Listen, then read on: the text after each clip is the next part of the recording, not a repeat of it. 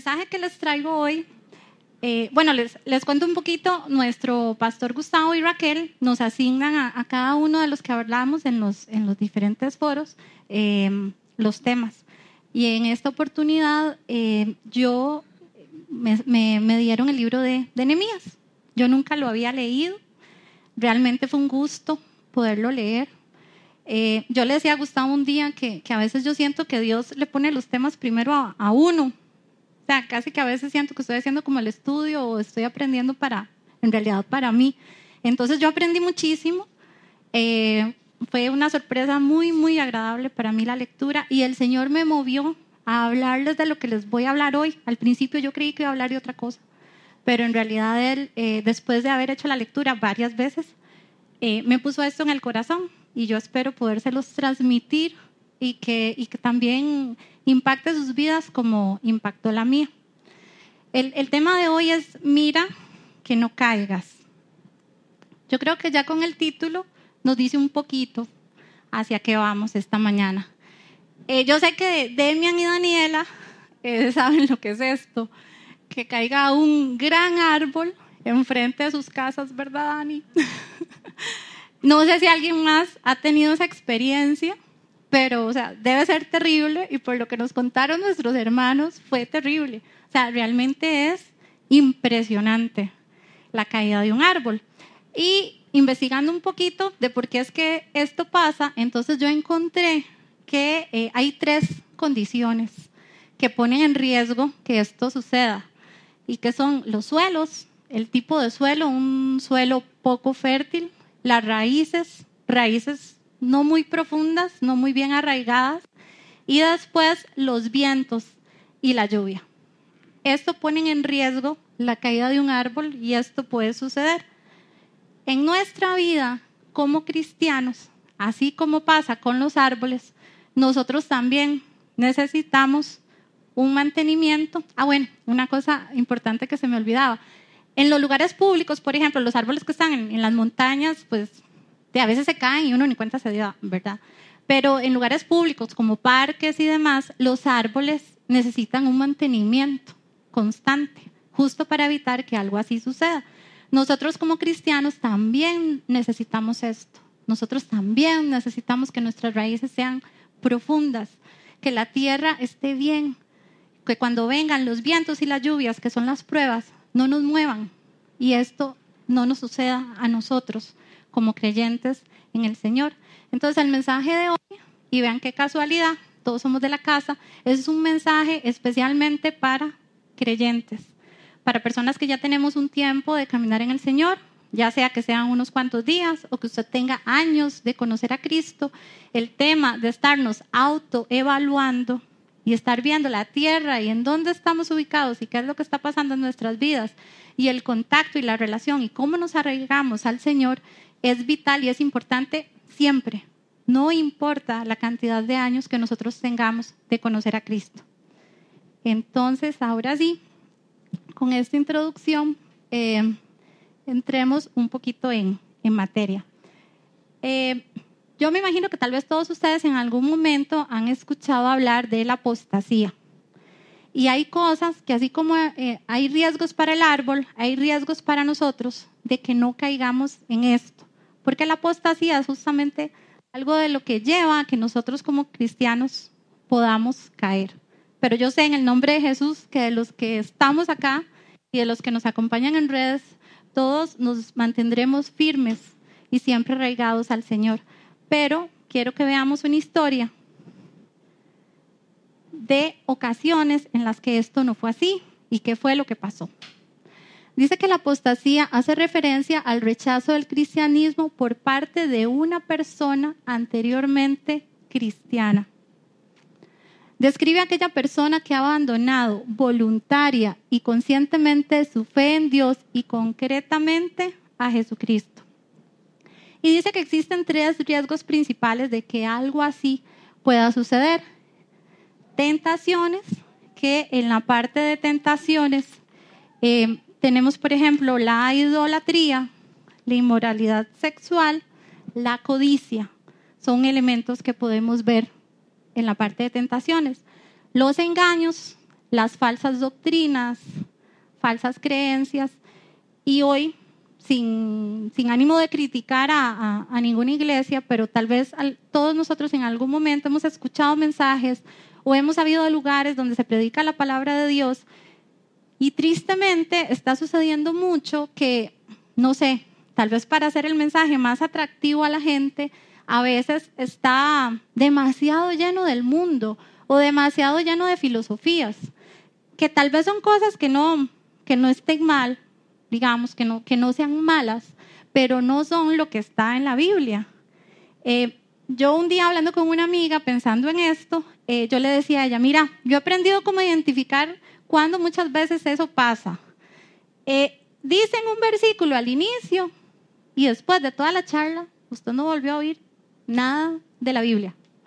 Y tal vez es una persona que habla súper bonito, tal vez está hablando de cosas de psicología, cosas muy prácticas para la vida, yo no digo que no sean malas, pero parece que están hablando del mensaje y no están hablando del mensaje, están hablando de otra cosa, que tal vez no está mal, pero no es la palabra de Dios. Y ahí es donde tenemos que mantenernos siempre firmes. Y como estos mensajes se llevan muchas veces, son de formas muy llamativas. Entonces, a la gente le gusta mucho y está atrayendo a muchas personas. Y tenemos que tener ahí mucho cuidado en este tipo de mensajes que parecen que se están amparando en la palabra, pero que no necesariamente van por esa línea. Y en el caso de persecuciones, bueno, todos sabemos en la historia las persecuciones que sufrió el pueblo de Dios en el Imperio Romano, todo lo que sufrieron, todo lo que vivieron. Bueno, en algún momento que vimos películas de Semana Santa, ¿verdad? Estaba ahí muy claro ese tema. Entonces, como les dije al inicio, yo me basé hoy en el libro de Nehemías. Y si me permiten, vamos a hacer una cosa, que es que voy a empezar por el final. El libro de Nehemías tiene 13 capítulos, fue escrito por quien lleva su nombre, y vamos a hacer lo que en el cine se llama una regresión cronológica, que es como esas películas que ustedes ven que empezó por el final y usted dice, ¿pero qué pasó? Y después retroceden y vamos viendo cómo se va hilando toda la historia. Entonces vamos a iniciar por el final.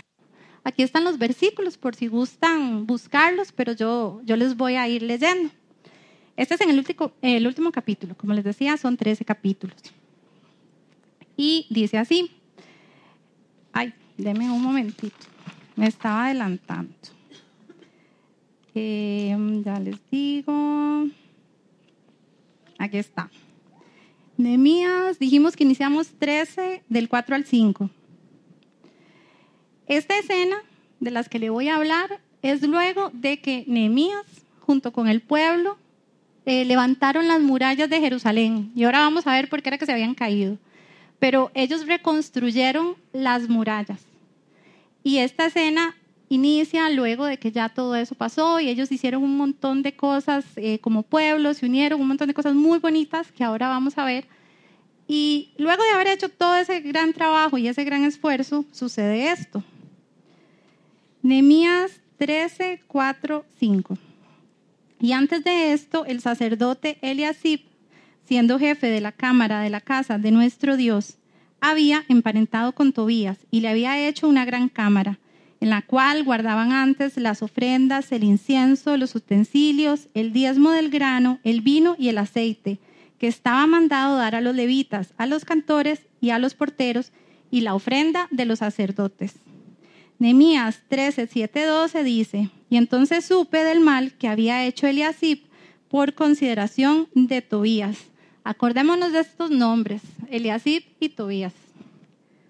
Haciendo para él una cámara en los atrios de la casa de Dios, y me dolió en gran manera, y arrojé todos los muebles de la casa de Tobías fuera de la cámara, y dije que limpiasen las cámaras, e hice volver allí los utensilios de la casa de Dios, las ofrendas y el incienso.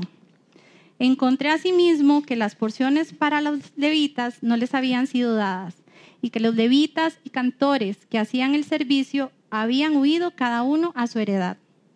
Entonces reprendí a los oficiales y dije, ¿por qué está la casa de Dios abandonada? Y los puse en sus puestos. Luego Nehemías 13, 23, 26 prosigue. Vi asimismo en aquellos días a judíos que habían tomado mujeres de Asdod, amonitas y moabitas, y la mitad de sus hijos hablaban la lengua de Asdod, porque no sabían hablar judaico, sino que hablaban conforme a la lengua de cada pueblo. Y reñí con ellos y los maldije, y herí a algunos de ellos y les arranqué los cabellos. Imagínense el nivel de enojo de Nehemías. Y Nehemías era un hombre pacífico, súper tranquilo, muy sabio, y de verdad cuando uno vio los versículos anteriores y lo ve en este nivel de enojo, uno se impresiona. Y los hice jurar diciendo: no daréis vuestras hijas a sus hijos, y no tomaréis de sus hijas para vuestros hijos, ni para vosotros mismos. ¿No pecó por esto Salomón, rey de Israel? Bien que en muchas naciones no hubo rey como él, que era amado de su Dios, y Dios lo había puesto por rey sobre toda Israel. Aún a él lo hicieron pecar las mujeres extranjeras. Y finalmente en el versículo 28, y uno de los hijos de Joaida, hijo del sumo sacerdote Eliasib, era yerno de Sanbalat horonita. Por lo tanto, lo ahuyenté de mí. Entonces, como les contaba, ellos reconstruyeron los muros. Después de hacer esta gran tarea, Nehemías regresa. Él era copero del rey persa en ese momento. Ahorita no me voy a adelantar. Entonces, estaba en el imperio persa. Y entonces él tiene un puesto muy importante con el rey persa en ese momento en otra ciudad. Él dejó todo muy bien ordenado y regresó a su trabajo. Y después de un tiempo se da cuenta que hay este desastre otra vez en Jerusalén. Pero entonces, bueno, ya que retrocedimos, yo les pido que me tengan paciencia y retrocedamos otro poquito más, nada más que 775 años, para contarles por qué está Nehemías trabajando para el rey persa, por qué están las murallas destruidas y qué están haciendo ahí los persas. Entonces retrocedamos 775 años en la historia. Es el año 1220 antes de Cristo, y después de haber vagado por el desierto, el pueblo de Dios llega a llega a la tierra prometida. Y aquí inicia el periodo de los jueces, que como sabemos, el último juez fue Samuel, el nombre de mi hijo, y el primer juez fue Otoniel. Luego, del año 1030 al 930 antes de Cristo, es lo que se conoce como el Reino Unido de Israel, y es el periodo en que reinan Saúl, David y Salomón. Yo no tenía claro, ¿verdad? Como a veces la Biblia uno no la va leyendo cronológica, ¿verdad? No tenía claro el periodo, y ya viéndolo así uno dice, mira qué curioso, solo 3 reyes, qué poquito que duró, ¿verdad? Y ahora vamos a ver por qué.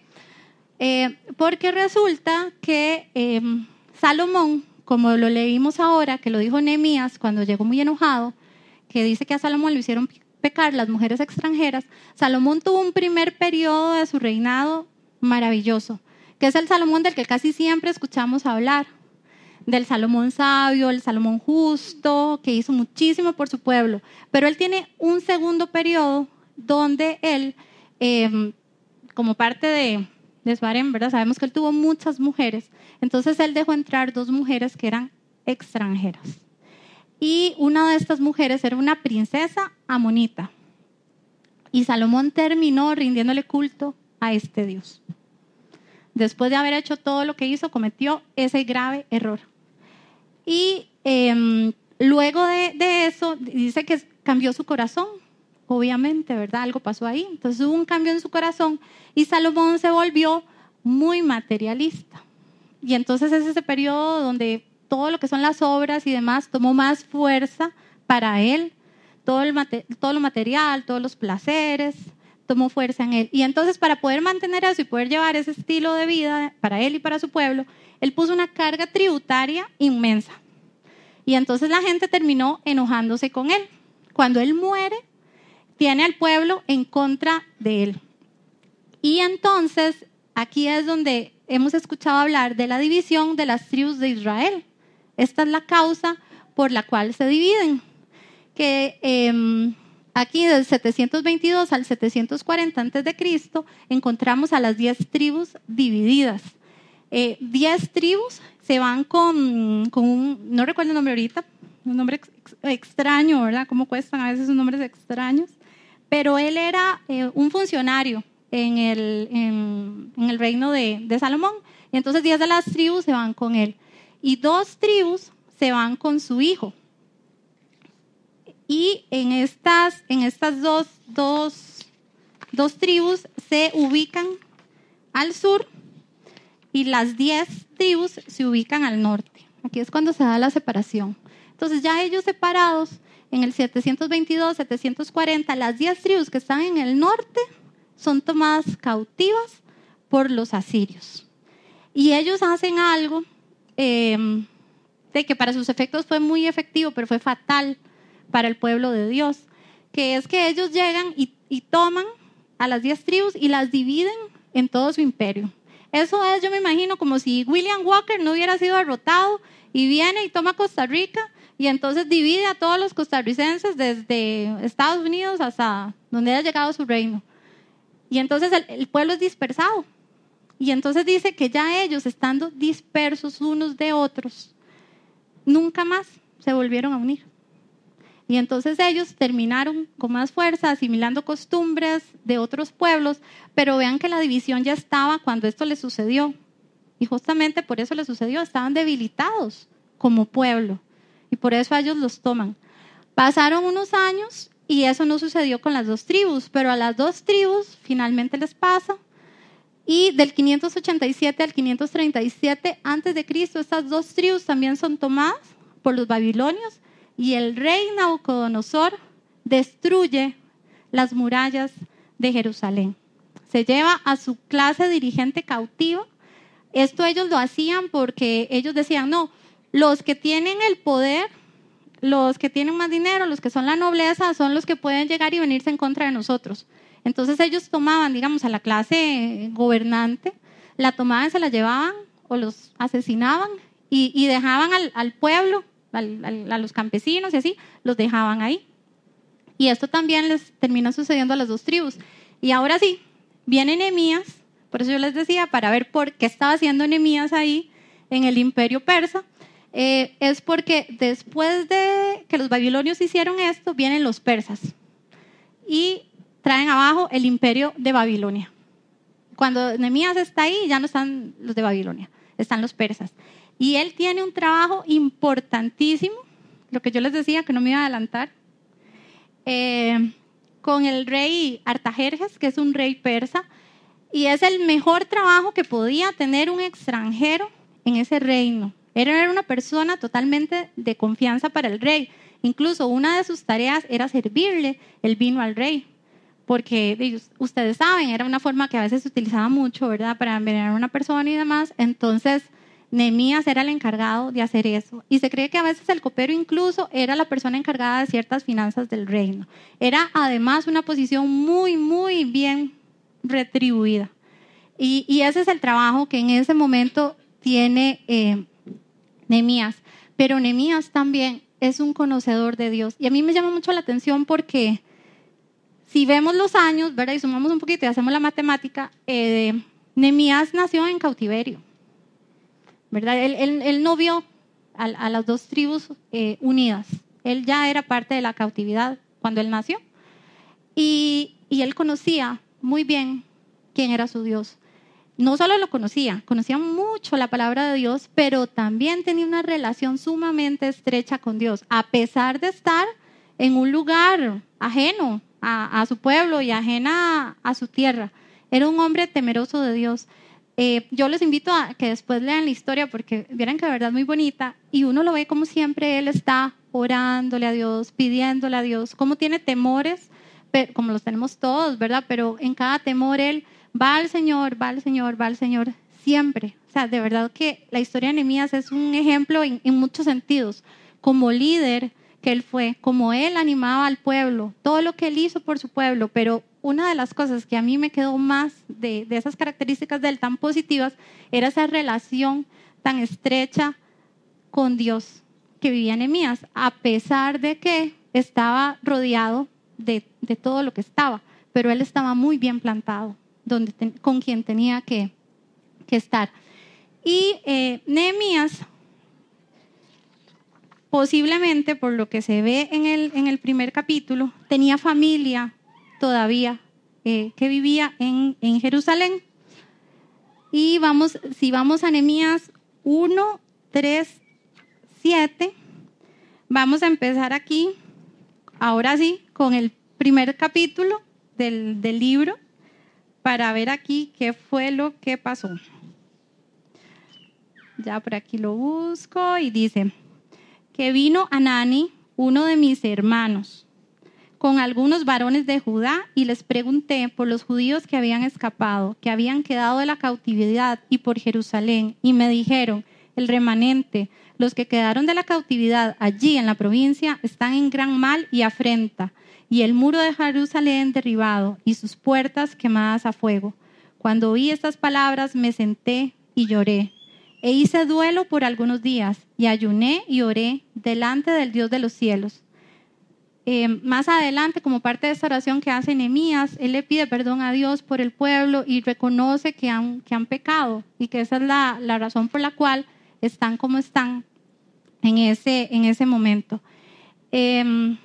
Como les decía, esta persona que él menciona, Hanani, era su hermano, o sea, literalmente era su hermano de sangre, entonces posiblemente tenía más familia en Jerusalén. Pero vean qué interesante la personalidad de Nehemías y el corazón de Nehemías, porque él está muy bien. O sea, yo me ponía a pensar y yo decía, eso es como que, imagínese usted que usted trabaje, no sé, para la mejor compañía del mundo en este momento, y usted vive en Nueva York, y su jefe lo ama, y le tiene toda la confianza, le pagan bienísimo, usted está súper bien, y llega alguien y le diga, vea, es que vieras en Costa Rica, ahí está todo mal. Pero no es la condición de Nehemías. Él está muy bien. Pero él es un hombre de Dios y él ama al pueblo de Dios. Y de seguro conocía su historia, a pesar de haber crecido en cautiverio. Y entonces, ¿qué harían ustedes, por ejemplo, en esa situación en que uno está muy bien y los que están mal están por allá, muy lejos? ¿Verdad? Es como para pensarlo. Y ahí es donde uno ve de verdad el corazón de este hombre, porque él lo que hace es ir donde su jefe, el rey, y le pide que por favor, bueno, el rey lo ve muy triste y le pregunta qué es lo que pasa. Y entonces Nehemías le cuenta que las murallas están destruidas y él le pide que por favor lo deje ir a Jerusalén a levantar las murallas. Ese es el corazón de este hombre de Dios. Y como les decía, él era una persona de confianza del rey. Entonces el rey no solo le da permiso, sino que incluso le da recursos, le da madera para que vaya y levante la obra. Le pregunta cuánto tiempo va a durar y le dice, sí, muy bien, vaya. Esto en parte, obviamente, porque también Dios movió todas las condiciones para que el rey tomara esta decisión y apoyara a Nehemías en su obra. Y Nehemías vuelve. Pero hagamos acá un paréntesis, porque si lo vemos, ya hay varios elementos de los que hablamos al principio que están presentes en la historia. Habíamos hablado de los 3 riesgos, ¿verdad? Y entonces habíamos dicho que eran las tentaciones, la idolatría, la inmoralidad sexual, la codicia, los engaños, las falsas herejías y las persecuciones. Y todo esto en lo que hemos visto ya sucedió. Y todo esto ha hecho que esté Nehemías en este momento de la historia y en esta posición. ¿Por qué? Cuando dijimos tentaciones, idolatría, lo que vimos de Salomón, justamente ese fue su error. Y le abrió la puerta a la desintegración del reino, que nunca más volvió a unirse como tal. Ya lo vimos en la historia. Engaños, falsas herejías, justamente, esto fue lo que pasó. Ellos se mezclaban, confundían la palabra de Dios, venía la palabra de Dios, pero con otras cosas, o a veces incluso se apartaban totalmente de la palabra de Dios. Y ya vimos, las persecuciones están más que claras, ¿verdad? Cómo los fueron dividiendo, cómo los fueron separando, cómo los iban conquistando. Entonces, todo eso que hablamos al inicio está ya acá presente. Entonces, bueno, como les dije en su momento, eso hizo que el pueblo estuviera debilitado y estuviera en esa condición. Entonces, vayamos un poquito más adelante. Les resumo el libro de Nehemías para que no veamos los 13 capítulos. Nehemías se va, llega al pueblo, pasa 3 días sin decirle a nadie qué es lo que él está haciendo ahí. Él ve las murallas, ve el pueblo, posiblemente él ahí estaba orando, pidiéndole al Señor que lo iluminara y viendo él cómo podía empezar esta obra. Entonces él luego a los 3 días va y los anima. En el libro se ve varias veces cómo él de verdad era una persona que sabía hablarle a la gente y sabía animarla, porque cuando él llega, por las condiciones en las que están, pues obviamente la gente está muy desanimada. Entonces él llega a levantarles el ánimo, él les cuenta cómo Dios ha sido bueno con él, o sea, les da su testimonio de vida, les dice, les recuerda quién es Dios, y se levanta el sacerdote Eliasib con los demás sacerdotes, son los primeros que empiezan a levantar las murallas. Y no sé si se recuerdan al principio, cuando Nehemías está muy enojado, es justamente por el sacerdote Eliasib. Y vean qué curioso, porque fue el primero en levantarse a edificar la obra. Entonces ellos llegan, edifican, hay extranjeros en ese momento viviendo entre ellos, los extranjeros no quieren que levanten la obra, en ciertos momentos en que ellos van construyendo, tratan incluso de asesinarlos, y entonces ellos están tan convencidos, tan animados, de que tienen que levantar las murallas, y eso es lo que ellos tienen que hacer, que incluso ellos trabajaban, dice que ellos no se cambiaban las ropas, porque les daba miedo que vinieran y los atacaran, y trabajaban armados. Y entonces es impresionante, todo el pueblo se une, se defiende, no les importa ni siquiera que teman por su vida, siguen adelante y terminan la obra en 52 días. Ya las murallas están levantadas. Y después de esto pasa una cosa maravillosa, que es que entonces el sacerdote Esdras reúnen a todo el pueblo y empiezan a leer la ley de Dios. En ese momento ellos lo que tienen es lo que conocemos como el Pentateuco, los primeros 5 libros, y entonces ellos empiezan a leer la palabra de Dios. Y es maravilloso cuando uno está leyendo esto, porque ellos reconocen el pecado, entienden todos qué fue lo que pasó, por qué están donde están, lloran. Y los sacerdotes les dicen, no se pongan tristes, hagamos fiesta, y celebran unas costumbres que ellos leyeron, que estaban en la ley de Dios, celebran unas fiestas, se unen, lindísimo todo. Después Nehemías va y encuentra un libro que se llama el libro de las genealogías, y entonces empiezan a ver quién es judío a través de ese libro. Encuentran a unos sacerdotes que no aparecían en el libro de las genealogías, y entonces ellos les dicen, bueno, pueden quedarse aquí con nosotros porque tenían todas las costumbres y todas las creencias, pero de estos alimentos y esas cosas no las pueden hacer hasta que no queda claro que ustedes son judíos. Y entonces se ordenan todos, separan a los extranjeros, luego llegan y ordenan el templo, los recursos, el diezmo, cómo van a hacer para que al templo de Dios no le falte nada. Es lindísimo. Por eso yo cuando llegué al capítulo 13 y nunca lo había leído, fue mi sorpresa, y yo dije, no, un momentito, ¿qué pasó aquí? Y tuve que retroceder, analizar y volver a leer, porque hicieron cosas tan maravillosas en el Señor que no podía hacer ese final. Y entonces me puse a investigar qué había pasado, y por eso les decía que si me permitían íbamos a empezar por el final. Y bueno, Dios había sido muy claro. Yo no sé si acá lo tengo, si no lo voy a buscar. Deuteronomio 7, 3, 4. Aquí está. Recuerden que les acabo de contar que ellos llegan y leen la ley de Dios, ¿verdad? Estaban muy, muy claros también en la palabra de Dios. Entonces tienen que haber leído esto. Deuteronomio 7, 3, 4. Y no emparentarás con ellas, no darás tu hija a su hijo, ni tomarás a su hija para tu hijo, porque desviará a tu hijo de en pos de mí y servirán a dioses ajenos. Estaba muy claro que eso no debía pasar. Y yo, después de esta lectura, ahora entiendo por qué. Tal vez uno podría decir, pero ¿por qué así con el extranjero? ¿Por qué tan...? ¿Verdad? Pero es que en realidad aquí el riesgo de esto, el peligro de esto y que se materializó fue la contaminación espiritual. Existen en la Biblia ejemplos de muchos extranjeros que se unieron al pueblo de Dios. Y por ejemplo está la historia de Ruth y Noemí. Pero Ruth aquí hace algo diferente porque ella dice, y tu pueblo será mi pueblo y tu Dios será mi Dios. Ella era una extranjera, pero deja a los dioses falsos para ir en pos del Dios verdadero. Entonces, no era que no podía haber un extranjero ahí, pero no podía haber un extranjero que no hubiera tomado esa decisión, porque entonces se abría la puerta y existía todo el riesgo de que pasara lo contrario, que el pueblo de Dios que tenía al Dios verdadero, dejara al Dios verdadero para ir en pos del Dios falso. Y era eso, una contaminación espiritual. No me voy a juntar con usted, ¿verdad? Y vean si estaba claro que estaba en Deuteronomio y vean si era una realidad, que justamente esto es lo que termina pasando.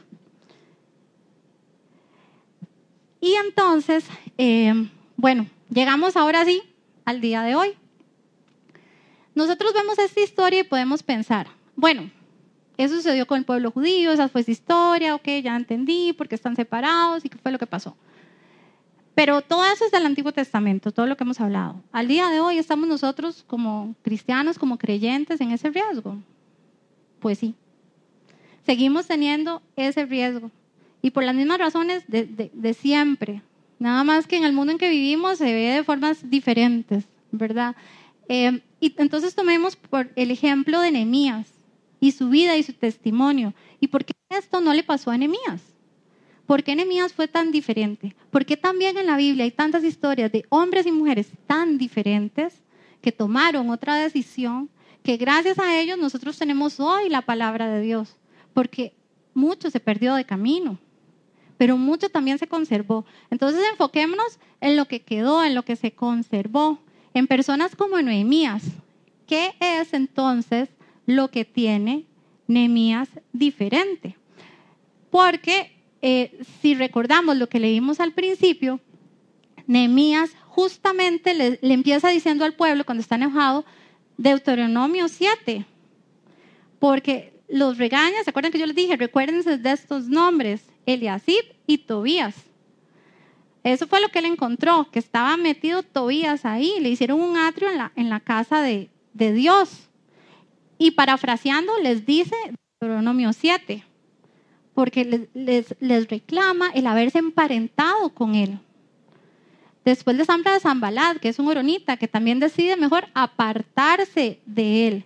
¿Y por qué? ¿Quién era Tobías? Bueno, pues resulta que Tobías era un amonita. Y los amonitas le rendían culto a un dios que se conoce como Milcom, Moloch o Moloch Baal. Era un dios terrible. Y vean qué curioso, el mismo dios al que le rindió culto Salomón. Otra vez, ahí. Años después, otra vez ahí. Y Tobías, como amonita, ellos eran descendientes de el hijo incestuoso de Lot con su hija menor, que conocemos esa historia. De ahí viene el pueblo amonita. Y este Dios era terrible, era como una figura humana, con una figura de carnero, y como parte de su culto sacrificaban niños. Y hay ejemplos en la Biblia donde hacer esto se le llamaba pasar a los hijos por fuego, en referencia a este ritual. Y hay judíos que hicieron eso. Está increíble. ¿Cómo conociendo un Dios de amor y tan maravilloso, se van a servirle a un Dios que les pide una cosa tan antinatural para un padre y tan horrenda? Ese tipo de cosas sucedieron. Y entonces un amonita, otra vez, está ahí metido en la casa de Dios. Y por eso Tobías está tan enojado. Porque él lo tenía claro, porque el pueblo también lo tenía claro. Ellos habían leído la palabra y otra vez estaba ahí. ¿Y a causa de qué? Del extranjero no convertido al Señor. Del extranjero que no estaba en lo que ellos estaban. Otra vez ahí. Esa es la causa de que termine así el libro de Nehemías. Y bueno, como les decía, nos puede pasar eso hoy en día. Lamentablemente sí, nos puede pasar. Pero gracias a nuestro Señor también está la forma de que eso no nos pase. Y para eso enfoquémonos entonces en Nehemías y preguntémonos, ¿por qué a Nehemías no le pasó? ¿Por qué Nehemías estaba tan claro? ¿Por qué Nehemías es una persona que se complicó la vida para ir a ayudar a su pueblo, que se sigue equivocando otra vez? O sea, imagínense con Colerón, todo lo que había hecho y todo. Él estando tan bien, volver a ayudarlos, dejar todo súper bien establecido y al tiempo otra vez. O sea, es como de no creerlo, ¿verdad? ¿Cómo podemos aplicar eso entonces nosotros hoy día a nuestras vidas? Bueno, ¿qué podemos encontrar de todas las características muy buenas y positivas de Nehemías? Él era una persona, o sea, podemos sacar mucho de su historia, pero yo me voy a enfocar en esta. Él era una persona con crecimiento espiritual. Eso hizo distinto a Nehemías. Eso lo hizo un árbol bien plantado. Entonces, si vemos esta imagen, pensémoslo así. Esto es cuando nosotros venimos a Dios. Las etapas del crecimiento espiritual las tengo por acá. La etapa 1 se llama la salvación. Esa etapa maravillosa cuando reconocemos nuestras fallas, nuestros pecados, venimos al Señor, le pedimos perdón, le decimos que sea Él el que reine en nuestras vidas y decidimos seguirle. Esa etapa maravillosa y estamos llenos de lo que se llama el amor inicial. Entonces, como cuando uno conoce a una persona y se enamora locamente, bueno, así es un amor loco, maravilloso del Señor. Y así venimos, así llegamos. Veamos, por ejemplo, pensémoslo así, que este es el viejo hombre y que nuestro crecimiento espiritual es lo que está debajo. Entonces, nosotros llegamos y casi que esto es como del mismo tamaño, ¿verdad? Mucho de lo que éramos hasta hace poco que tomamos esa maravillosa decisión en nuestras vidas, pues todavía está ahí. Uno recibe a Cristo, pero uno sigue todavía como posiblemente con los mismos amigos, tal vez yendo todavía como a los mismos lugares, haciendo más o menos las mismas cosas. ¿Por qué? Porque nos falta conocimiento en esa etapa y todavía no tenemos claro qué tenemos que hacer o qué no tenemos que hacer, de qué nos apartamos, qué está bien, qué no. ¿Verdad? Entonces estamos llenos de ese amor y ahí inmediatamente aprovechando ese amor inicial, hay que entrar a la palabra de Dios para ir conociendo todas estas cosas, que sí, que no.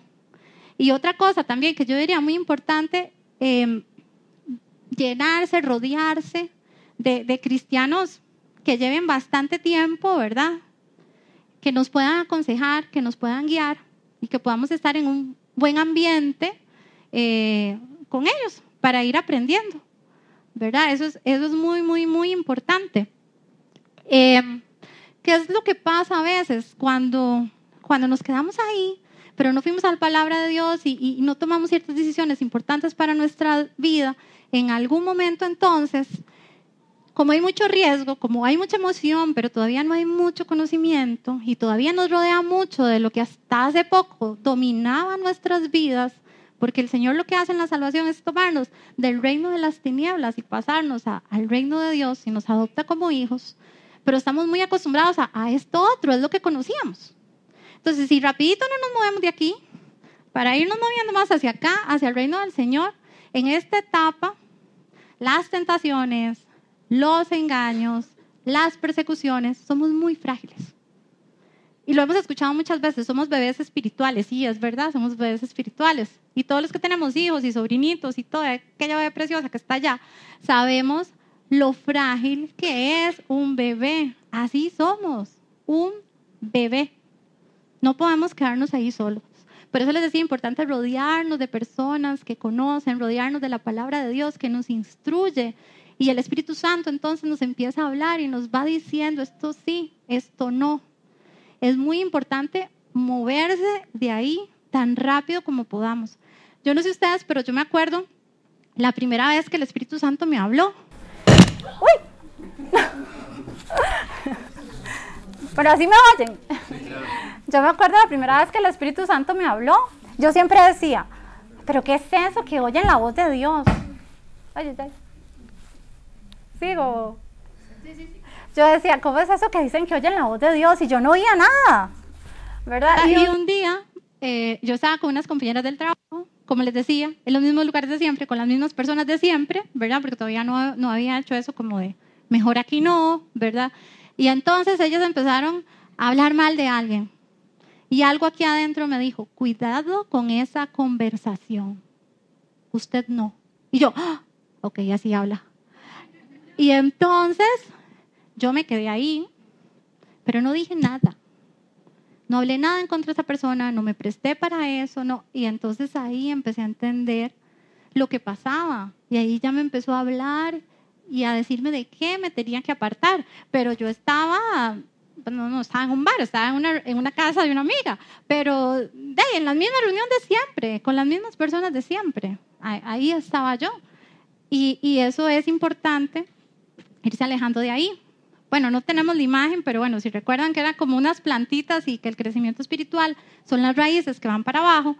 La otra etapa que vivimos los cristianos es la consolidación. Bueno, y algo muy importante, entre más avanzados estemos en las etapas del crecimiento espiritual, disminuyen esos riesgos. Eso está correlacionado. Entre un mayor crecimiento, el riesgo se va haciendo más chiquitito. Entre menos crecimiento, el riesgo sigue grande. Y entre más estemos pegados de donde esos riesgos están, puede terminar las cosas como ninguno de nosotros lo queremos, ¿verdad? Entonces, hay una correlación directa entre el crecimiento espiritual y este tipo de riesgos. Si no queremos esos riesgos en nuestras vidas, que estoy segura que ninguno de nosotros lo quieren, de verdad que tenemos que pensar muchísimo y comprometernos totalmente con ese crecimiento espiritual. Y se los digo no porque yo esté ahí donde está Nehemías, pero sí quedé muy clara de hacia dónde hay que ir y qué es lo que está en juego. Está en juego nuestra vida, está en juego nuestra salvación. Está en juego el Señor. No solo está en juego eso, está en juego que nosotros transmitamos ese mensaje y que más personas vengan. Yo una vez me preguntaba, yo decía, bueno, pero ¿por qué después de que uno es salvo, por qué al enemigo le interesa seguirse metiendo con uno y molestándolo? Si yo ya tengo la salvación y es tan difícil que la pierda, ¿por qué lo hace? Y entonces un día entendí, lo hace por mi fruto, porque en la fruta hay semilla. Y esa semilla, como decía Raquel al inicio, cuando hablaba de invitar a la gente a tendencias y respuestas y a que vengan más personas, nosotros venimos al Señor, sí, pero también Él nos tiene que poder usar para que seamos semilla para otros y que más vengan y que estas maravillas no se queden solo con nosotros y con nuestras vidas. Entonces, ya el enemigo no se puede meter con la salvación, pero sí se puede meter con nuestro fruto. Y eso es lo que Él trata de traerse abajo. Ya no la salvación, el fruto que llevamos dentro cuando recibimos a nuestro Señor. En la etapa 2, la consolidación, ya vamos dejando de ser bebés, ya vamos creciendo un poquito más, ya hemos librado batallas, ya hemos pasado por ciertas pruebas. Bueno, aquí está, gracias. Por ciertas pruebas, ya hemos visto la mano de Dios, ya el Espíritu Santo nos habló, como esa primera vez que yo les decía, cómo hablaba. Y entonces sí, ya conocemos más de su palabra. Ya es un poquito más difícil que nos muevan. Pero acá hay algo que yo veo como un riesgo todavía. Y es que cuando uno recuerda cómo uno era, uno dice, no, sí estoy súper bien. O sea, ya dejé un montón de cosas, o sea, estoy muy bien. Y si uno se compara con el mundo, uno dice, no, hombre, yo soy súper buena persona. Pero el Señor no quiere que seamos buenas personas. El Señor quiere que seamos de la estatura de Jesucristo. No podemos quedarnos ahí. O sea, en esta etapa puede haber un exceso de confianza en nosotros. Al ver que ya dejamos tanto y al ver que ya cambiamos tanto y al compararnos con el resto y sentir que estamos bien, pues somos buenas gentes y quedarnos ahí estancados. Y no, tenemos que llegar a ser de la estatura de Jesucristo. O sea, falta mucho todavía, le falta mucho a estas raíces aún. Y ahí que puede ser peligroso. Tal vez ya no tanto las tentaciones lo muevan, tal vez ya no tanto las falsas doctrinas, porque ya hemos conocido del Señor y demás. Pero ¿saben qué creo yo? Que le puede mover a uno ahí, porque a mí me pasó las pruebas. Una prueba fea, de esas cosas, pero feas. Que uno se queda como, ¿pero qué pasó aquí? Porque también uno cree que cuando uno llega al Señor, ya nada malo va a pasar, porque Él nos cubre y nos protege y nos ama. Y como sentimos tanto ese chineo y esa protección del Señor, ¿verdad? Cuando viene algo feo sobre nuestras vidas, entonces nos mueve, nos confunde. Podemos decir, ¿pero qué pasó aquí? Yo que te seguí, yo que creí, yo que serví, yo que he hecho esto, pero ¿por qué a mí me está pasando esto, Señor? Y en medio de esas pruebas difíciles podemos ver cómo el viejo hombre que creíamos que estaba dominado está ahí y sale facilísimo, porque el dolor y el sufrimiento activan y mueven muy rápido y muy fácil esas cosas. Entonces, acá, en la segunda etapa, si bien ya logramos mucho, pero todavía nos falta más. Nos falta ir o complementar también con lo que se dice que es la etapa 3, que es la transformación de nuestras vidas. Dice que voluntariamente decidimos eliminar hábitos, pensamientos, ideologías que fueron heredadas y aprendidas. Implica dejar aquello que le gusta a nuestra naturaleza. Alineamos las áreas de nuestra vida a Dios buscando agradarle y vivir en santidad. Cada uno de nosotros tiene gustos diferentes, hobbies diferentes, concupiscencias diferentes también. Todos somos distintos en eso, ¿verdad? Y a cada uno de nosotros puede que nos muevan diferentes cosas. Yo me acuerdo una amiga cristiana que me contó hace varios años que ella, por ejemplo, tiene un tema con los casinos. Entonces ella dice, yo no puedo pasar ni por la acera de enfrente. Dios guarda entrar, si entro caigo. Pero vean qué maravilloso porque ella está clara y no coquetea con el pecado. Se conoce muy bien y sabe a qué no se tiene que arriesgar. Y no tiene nada de malo reconocer que uno tiene esa debilidad. Maravilloso. Maravilloso que se conozca tanto, que esté tan clara, que no puede entrar ahí porque va a caer, que no pueda pasar ni por la acera. Y ella me contó eso esa vez y yo decía, ¿de qué vacilón? A mí no me mueve absolutamente nada. Si acaso he entrado como 3 veces a uno y no ha durado, no sé, ni 5 minutos, o sea, no me provoca nada. Pero qué curioso que para ella fuera una cosa tan fuerte. Y qué importante conocerse. Y qué importante ir dejando cosas, no porque uno tenga ganas de dejarlas, sino porque uno quiere agradarle a Él. Y uno lo hace por amor, no porque tenemos ganas de dejarlas, porque si fuera por ganas, no, ¿verdad? Pero curiosamente, cuando uno por amor empieza a dejarlas, no sé, algo pasa que uno se siente después muy bien. O sea, como que cuesta arrancar y dar el primer paso, pero después uno dice, qué bonito, Señor, darte esto que creía yo que era tan importante para mí y realmente no, me importas más tú, ¿verdad? Les cuento aquí, le hago un paréntesis para contarles una pequeña anécdota. A mí me encantaba hacer yoga. Y entonces llegaba Alejandro y me decía, es que no hay que hacer yoga. Y yo, ay, pero no. Y yo ya convertida, ¿verdad? Y entonces yo iba a la clase, pero entonces según yo, lo que yo hacía era no pronunciar ciertas cosas, no las pronunciaba. Y cuando hacían pensamientos a la naturaleza, qué sé yo lo que hacía era orar. Yo no hacía eso. Entonces yo creía que así ya estaba bien. Y entonces un día, bueno, y Alejandro seguía insistiendo. Y entonces un día yo llegué y le pregunté a Gustavo. Y yo ya sabía lo que me iba a decir. Y creo que Dani va a hablar de eso en unos días. Voy a poner mucha atención. Un día le pregunté a Gustavo y yo ya sabía lo que me iba a decir Gustavo, pero a veces uno como que ya sabe, pero quiere que le digan para terminar ya, ¿verdad? De estar uno de cabezón. Y entonces, bueno, como ya podrán imaginarse, Gustavo me dijo que sí, que lo más conveniente era que no. Entonces dije, está bien. En obediencia, mi esposo me está diciendo, mi pastor me está confirmando, mejor ya dejo esto. O sea, ni voy a seguir ahí, que porque sí, pero que no, pero explícame qué tiene de malo, pero que lo dejé. Y nunca más. Y ahí que un día llego yo al closet y ahí estaba el mat. Tenía no sé cuánto en usarlo, pero yo dije, no, la verdad que ni siquiera quiero que esté aquí. ¡Pum! Se fue. Un día Raquel predicó sobre la música y entonces dije, no, sí, limpieza del teléfono. Y también llegué un día y yo, uy, esa canción, ¿pero por qué? Pero yo dije, mejor no.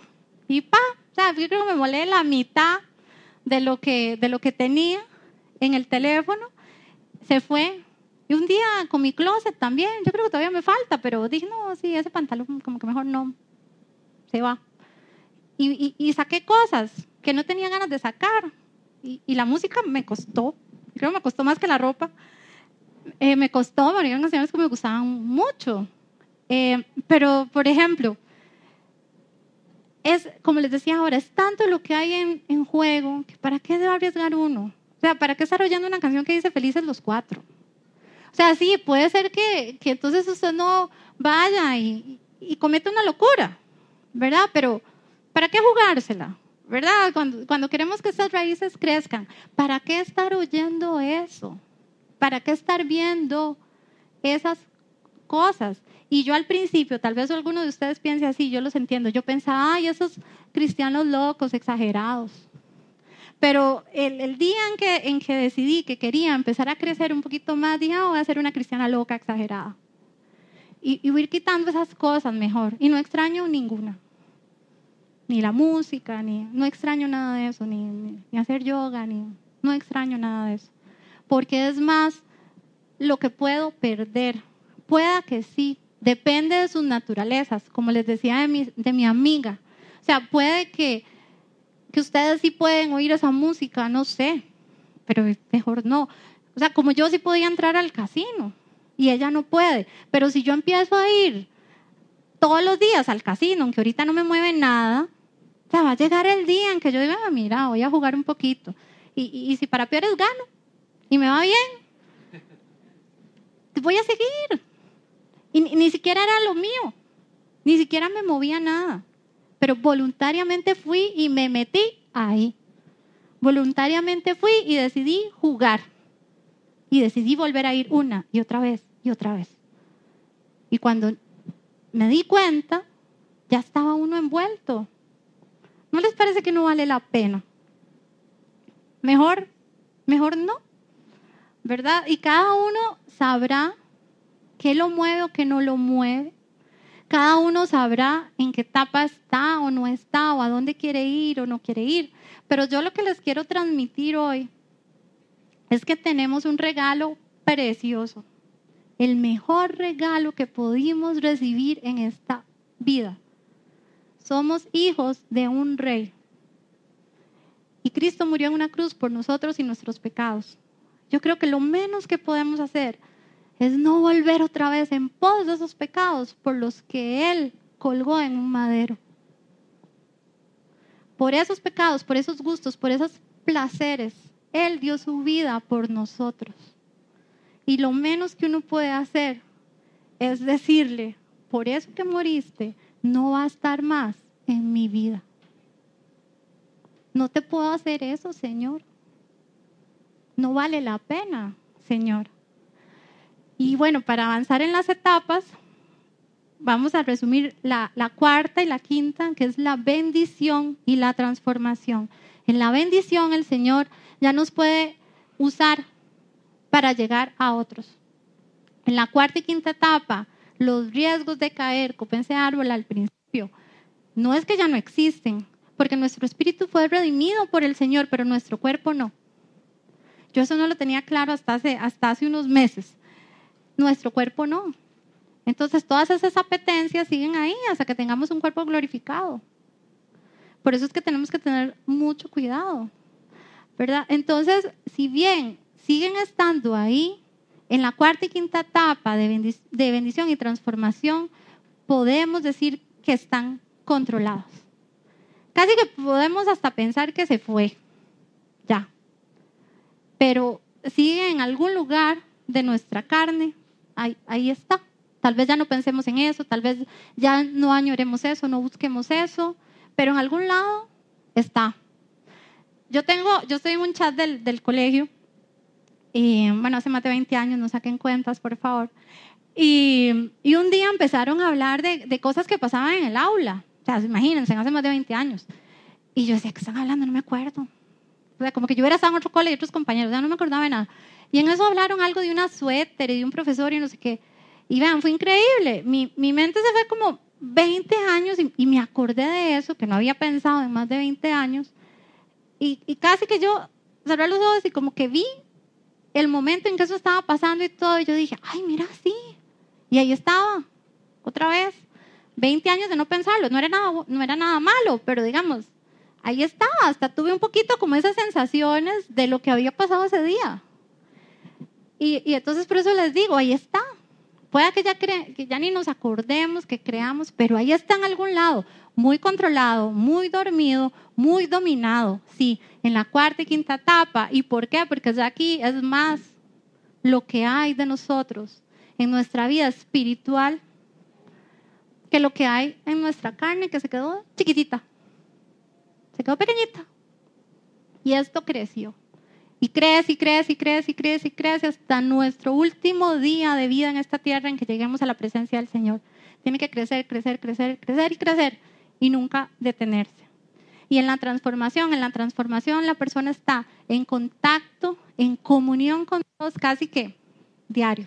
Es como estar conectado, enchufado al Señor en cualquier momento del día, 24/7. Eso es lo que pasa en una etapa 4 y 5. Y Nehemías era un hombre de etapas 4 y 5. Por eso Dios usó a Nehemías para ir a reconstruir esas murallas. Por eso a Nehemías se le movió el corazón para ir a ayudar a ese pueblo cuando él estaba muy bien. Por eso Nehemías, luego de haber logrado la obra, sabía que ahora sí, lo más importante, vamos a la ley del Señor. Porque la falta de esto fue lo que nos hizo caer. El no cumplir esto fue lo que nos hizo estar como estamos. Vamos otra vez al Señor. Y empiezan a leer otra vez y empiezan a organizar el templo y las ofrendas y los recursos que el templo necesitaba. O sea, Nehemías no se quedó en levantar unas murallas. Eso fue lo primero. Pero en realidad ese hombre fue a levantar fe, a levantar corazones, a levantar esperanza, a volver a su pueblo nuevamente el rostro hacia el Señor. Las murallas muy bien y todo, pero lo que Dios quería con Nehemías y lo que Nehemías hizo fue más que unas murallas. Eso no era lo principal. A él se le conoce muchísimo por eso. Fue muy importante, pero yo pienso que no fue lo más importante que hizo Nehemías ahí.